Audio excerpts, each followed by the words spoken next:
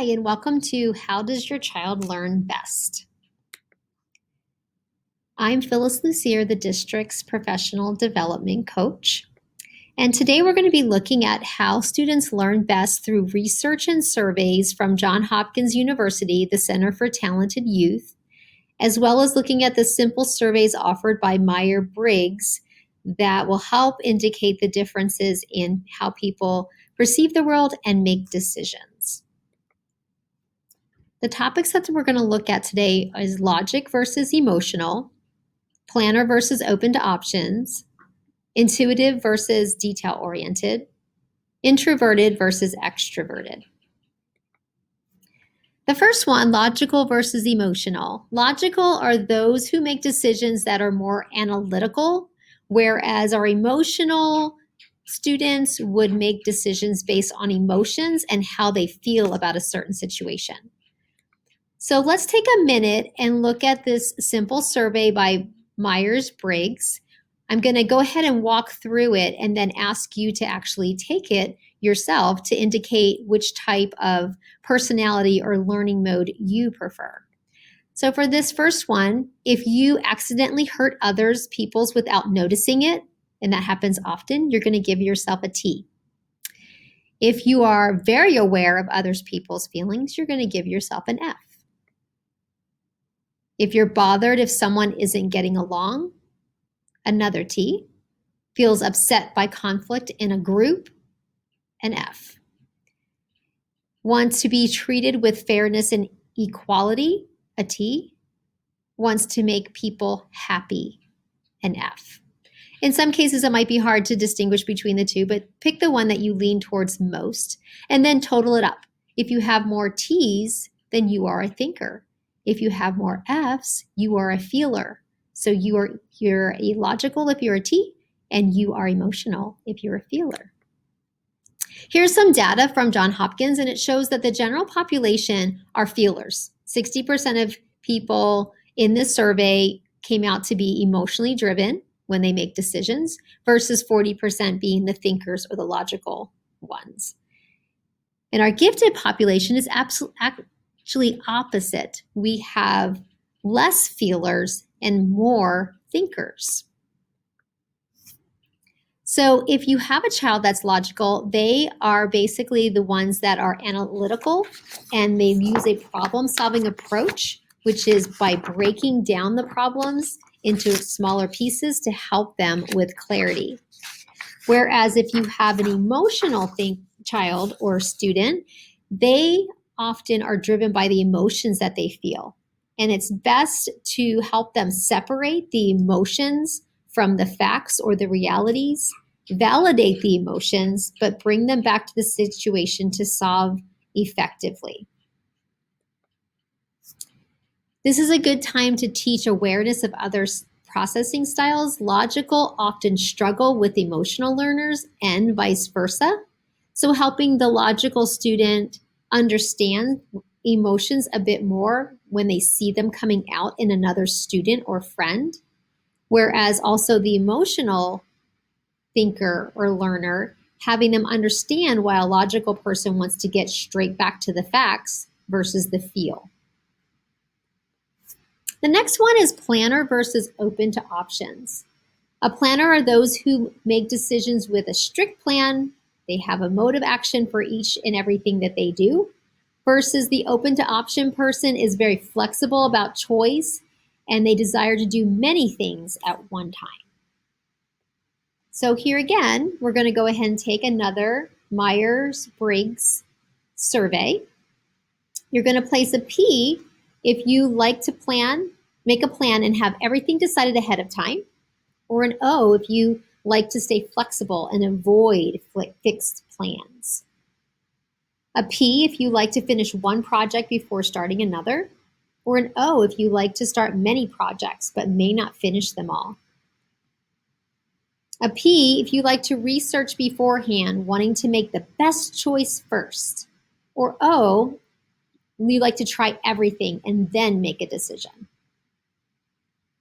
So once you've decided what type of learner you are, whether you're a P, a planner, or an open to options, we'll look here what the data tells us from Johns Hopkins.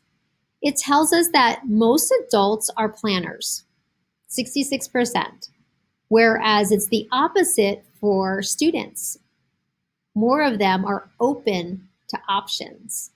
So there again, we kind of have the opposite to what the norm or what most people are feeling or thinking. Here's a picture of Albert Einstein's desk on the day that he died. As you can see, it has a lot going on and it looks quite messy.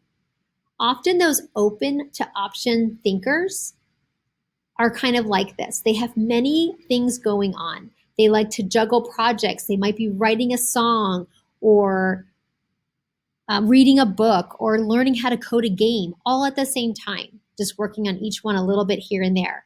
And in some cases, it's because they're things they're all good at and they like to practice and do the things that they're good at. But this can often come across as being messy, and it goes against that typical scholar makeup of being very organized and having everything at their fingertips.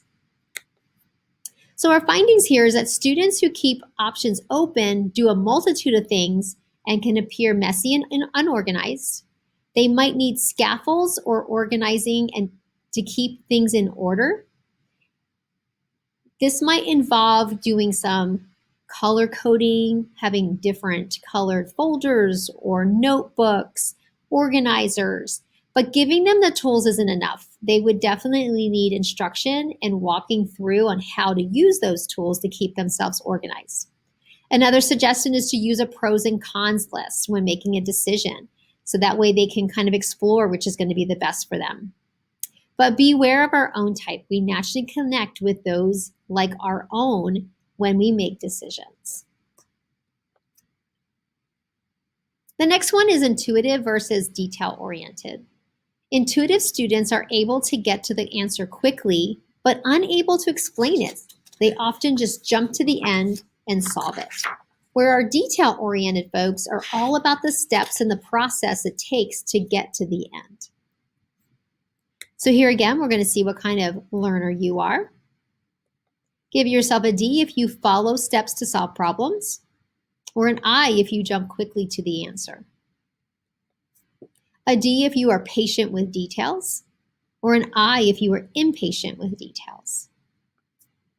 A D if you prefer providing a known skill over having to learn new skills, or an I if you prefer trying new skills to practicing known skills. So let's see which one you are more of, a D or an I. So our detail-oriented folks, they're going to be following these stairs. So they're going to go step by step, exactly what is told to them to get to that final answer. Whereas our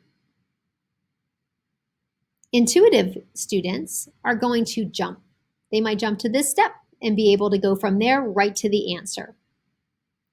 This can sometimes frustrate teachers because we are often looking for them to ensure that they understand how to get there so that they can take that new learning into other situations. So we require that for good reason, but we need to be mindful of not everyone has to take that course to gain that deeper understanding.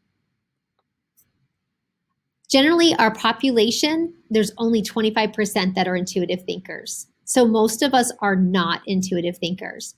But conversely, our gifted population, most of them are intuitive thinkers. So they definitely are typically not the same as most of their teachers or peers. Here's some of the conflicts that can arrive when you have intuitive and detail-oriented people together. So intuitive people from the detail-oriented side might be viewed as having their heads in the clouds, needlessly complex ideas where they're just coming out with these crazy ideas that they feel are needless and not something that we want to pursue. Not focus on the task. They're usually looking at the big picture and they just want to get to the end and not worried about what's happening in front of them. Where the opposite with our detail, the intuitive thinkers, think of them as they're not creative. They just want to do what they're told, overly focus on the facts and not looking outside of the box. And they feel they're missing the big picture. which they obviously can see as an intuitive learner.